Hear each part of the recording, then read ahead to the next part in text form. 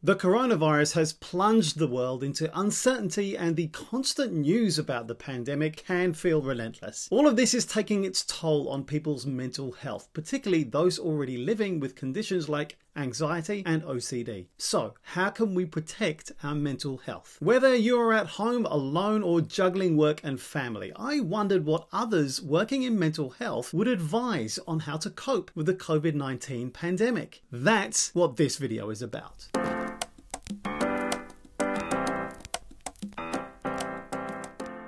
Neil Greenberg, psychiatrist at King's College London, along with many others, suggests that we should limit our exposure to media stories about the pandemic, especially those with experts' views about what's going to happen over the next few months, because it can trigger anxiety. It's certainly a tricky balance to strike, getting good and trusted information and overwhelming ourselves. I suggest that if it's getting a bit much, only check trusted and verified news sources twice a day. Aisha Malik, clinical psychologist at the World Health Organization, suggests that you can think about the things you have done in the past that have helped you to feel a sense of calm and stability. For her, it's reading. That is something she has always enjoyed, that hasn't often had time to do, but is able to make space for now in the silence of being at home. Reena Dutta, another psychiatrist at King's College London, suggests that we be very careful when using social media, especially by focusing on our own and others' mental health. Think about why and how you're using it. Is it benefiting you, someone else, or is it just mindless scrolling? Try to be analytical and only share something when you've verified the source. Sharing fake news is so disturbing. It has a negative impact on all of us, especially on those with mental health problems. And it is so especially easy to fall down these rabbit holes in these times of uncertainty, when people seem to be offering easy answers to really complex problems, and it looks like everyone else is sharing this news too. Catriona Wrotsley, psychotherapist at Tavistock Relationships in London, suggests that we remember that whatever you put into the atmosphere, you tend to get back, and you have some control over that. At home, work as a team with your partner. Plan how you will use the rooms, when you will be together, and when you will have your private space. Negotiating this can help you and your partner feel cared for.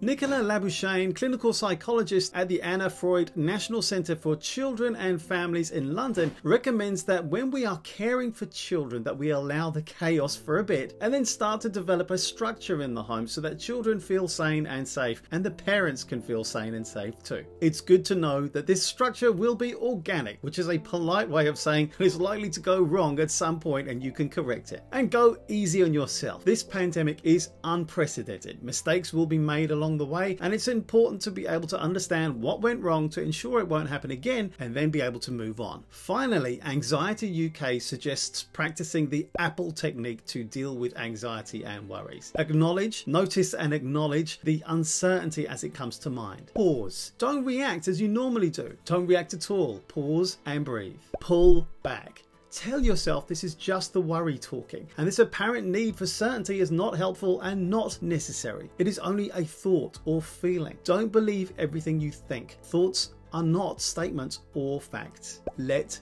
go. Let go of the thought or feeling. It will pass. You don't have to respond to them. You might imagine them floating away in a bubble or cloud. Explore. Explore the present moment, because right now, in this moment, all is well. Notice your breathing and the sensations of your breathing. Notice the ground beneath you. Look around and notice what you see, what you hear, what you can touch, what you can smell right now. Then shift your focus of attention to something else, on what you need to do, on what you were doing before you noticed the worry, or do something else mindfully with your full attention. You might also find this video helpful. My name is Dr. Sarb Johal. Thanks for watching. Stay safe out there. Subscribe for more videos and see you again soon.